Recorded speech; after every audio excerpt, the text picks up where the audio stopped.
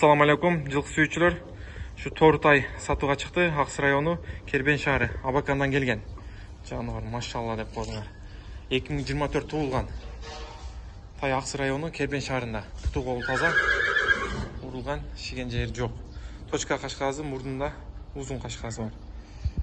Путу колу омролорун көрсөтүп коюнчу. Омролор ham келген. Путу кара туяк. Тайдын баш жактары, серилери өтө мощный келген. Тайдын толук көрүнүшү. Акчасы тайга жараша эле коет. Кыргызстанча доставкалар болот. Коңшу өлкөлөргө дагы сүйлөшүү жолу бар.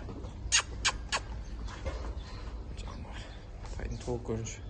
Акчасы $2500, кеми бар. Чалып байлансаңар болот. Номерлерин калтырабыз, толугураак маалыматты алсаңар болот. Абакандан келген түйө.